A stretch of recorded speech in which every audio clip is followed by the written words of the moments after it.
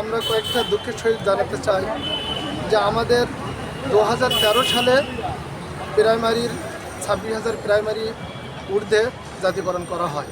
ওই সময় আমাদের ভাতাও ছিল 500 টাকা, তাদের ভাতাও ছিল 500 টাকা, কিন্তু তাদের প্রাইমারিকে জাতীয়করণ করা হয়, কিন্তু আমাদের স্বতন্ত্র একটি মাদ্রাসাকে জাতীয়করণ করা হয় নাই। এই জন্য যত বিগত সরকার চলে গেছে, কোনো সরকার আমাদের দিকে কর্ণপাত করে নাই। এর ভিতর দিয়ে আমরা অনেক শিক্ষক বয়সবৃদ্ধ হয়ে মারা গেছে, অনেকে রিটায়ার্ডে চলে গেছে। আমরা যারা এখনও আছি, এখন আমরা খুব আমাদের সন্তানদের কাছে, আমাদের স্ত্রীদের কাছে আমরা খুব অবহেলিত। আজকে আমার পিতা গত 1 বছর চলে গেছে, আমার পিতা বলতো যে তুই আমার পিতা থাকতে অনেক চাকরির সুযোগ আসছিল। আমার পিতা একজন সরকারি চাকরিজীবী ছিলেন। তারপরেও আমি আব্বুর কথা না শুনে দিনের খেদমত করার জন্য এই স্বতন্ত্র একটি মাদ্রাসাকে 1 থেকে 5 পর্যন্ত প্রাইমারি ক্যাটাগরিতে আমাদের লেখাপড়া শেখানো হয়। এখানে বাংলা, অঙ্ক, ইংরাজি, আরবি, কোরআন এবং মাসলা মাসাইল, হাদিস, কোরআন শিক্ষা করা হয়। তার ভিতর দিয়েই আমরা খুবই অবহেলিত। আমাদের স্ত্রীরা বলে যে কিভাবে আর কতদিন তুমি আমাদেরকে এই মাদ্রাসার দোহাই দিয়ে কিভাবে আমাদের জীবন পরিচালনা হবে।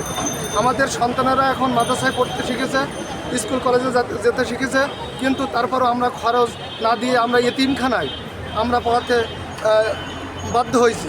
কেননা আমরা সুন্দরভাবে লেখাপড়া করতে গিয়ে, বাচ্চাদের লেখাপড়া সুন্দরভাবে শেখাতে গিয়ে, ডক্টরেট, ইঞ্জিনিয়ার বানাতে গিয়ে, ভালো মাদ্রাসায় পড়াতে গিয়ে, আরবি গ্রামার, ইংরাজি গ্রামার শেখাতে গিয়ে আমরা খরচ দিতে পারবো না বলে আমরা এতিমখানায় আমরা পড়াচ্ছি। এই জন্য আমরা এই যে বিগত অনেক আন্দোলন করেছি, সেই আন্দোলনে আমরা বারবার আশ্বাস দেওয়া হয়েছিল, কিন্তু আমাদের দিকে কোনো কর্ণপাত না করেই আমাদের উপরে জুলুম করা হয়েছে।